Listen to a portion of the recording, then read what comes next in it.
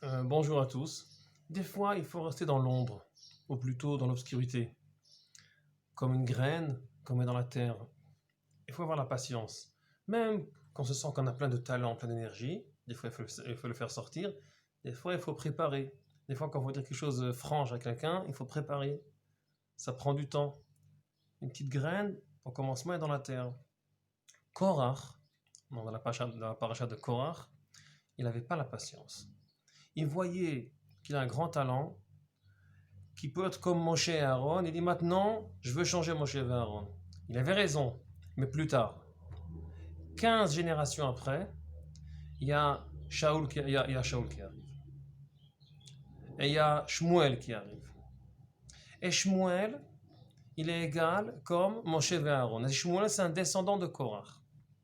Mais il fallait 15 générations. Et sa mère, Hana, elle fait une fila.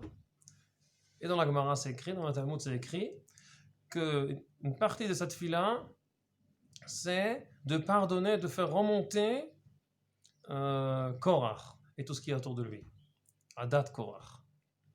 Après 15 ans un peu, Korach, sa punition était, parce qu'il n'a pas compris, d'être une graine dans la terre.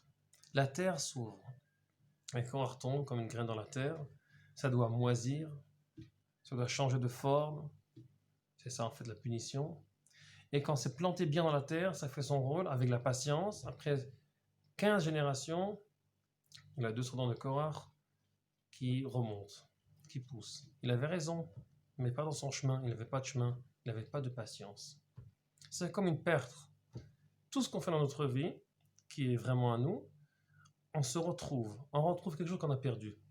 Et la Gemara dit que Hana a fait la tfila pour Korach et les descendants comme pour trouver la perle, la Aveda.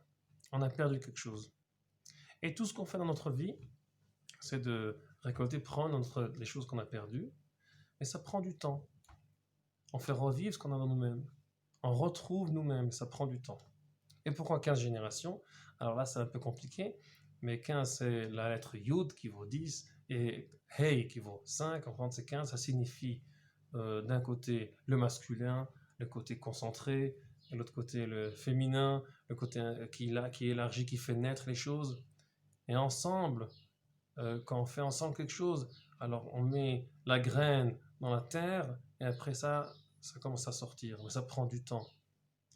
Alors Yud et Hey, ça fait 15, c'est 15 générations. Après 15 générations, la réalité fait repousser la graine qui était moisie. Alors ça c'est le Korach. On dit que la fin des mots Tzadik Katamar Ifrach dans le Teilim, c'est Korach. Qu'est-ce que ça veut dire? Ça veut dire que Adam Arishon, quand il a fait son péché, il a vu Caïn. Il a dit qu'est-ce qui se passe avec toi? Il a dit j'ai fait tchouva avec le Kadosh Baruch Hu, et comme ça on s'est arrangé. Et là, quand il a entendu ça, Adam Arishon a dit Mizmor Shir le Yom HaShabbat. Il y a un passage là-bas qui dit Tzadik Katamar Ifrach, et ça nous ramène un peu sur Korach. Pourquoi? Quel est le lien? Parce que aussi là, il y avait Caïn qui voulait vite faire. Il amène des graines, il n'amène pas des fruits. Il amène des graines et il ne veut pas donner le temps au processus, aux fruits. Il veut tout de suite, il veut ce qu'il y a maintenant, je veux. Pas de processus. Il voit tout en même temps. C'est à cause de ça qu'arrive le massacre à la fin. Cette attitude. Et sa punition, c'est de jamais être stable sur la terre. Et comme ça, il va comprendre le manque de cette stabilité, le manque d'être quelque part, de pousser sur place, d'avoir des racines. C'est ça sa punition. On dit toujours que Korach, c'est comme Caïn, c'est la même chose. On peut comprendre ça, le concentré sans la patience. À la fin de toute cette histoire, on met le bâton de Aaron, et c'est lui qui fait pousser des amandes. Dans le Mishkan, après une nuit, il faut pousser des amandes, ça pour prouver qu'ils ont raison, que Moshe a raison. Le shaked, c'est l'amande en hébreu. Shaked, c'est le mot kodesh, la sainteté. Et l'ishkod, c'est quelqu'un qui travaille. Shakdan, c'est quelqu'un qui travaille avec beaucoup de patience.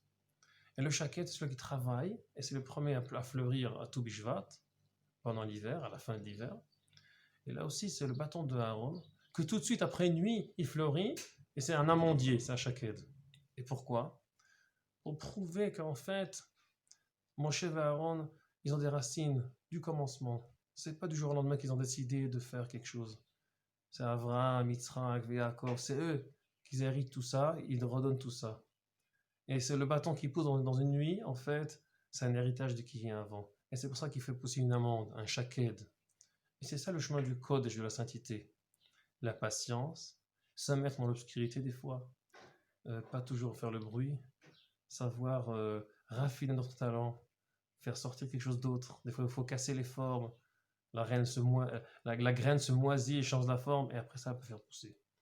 Alors, si vous voulez un message de cette paracha, d'être avec la patience, c'est ça le chemin de la sainteté, d'être avec la modestie, savoir être des fois dans l'ombre, des fois le soleil, mais des fois dans l'ombre, chaque fois à son temps, et comme ça on arrive à faire pousser des bons fruits avec beaucoup de patience. Shabbat shalom.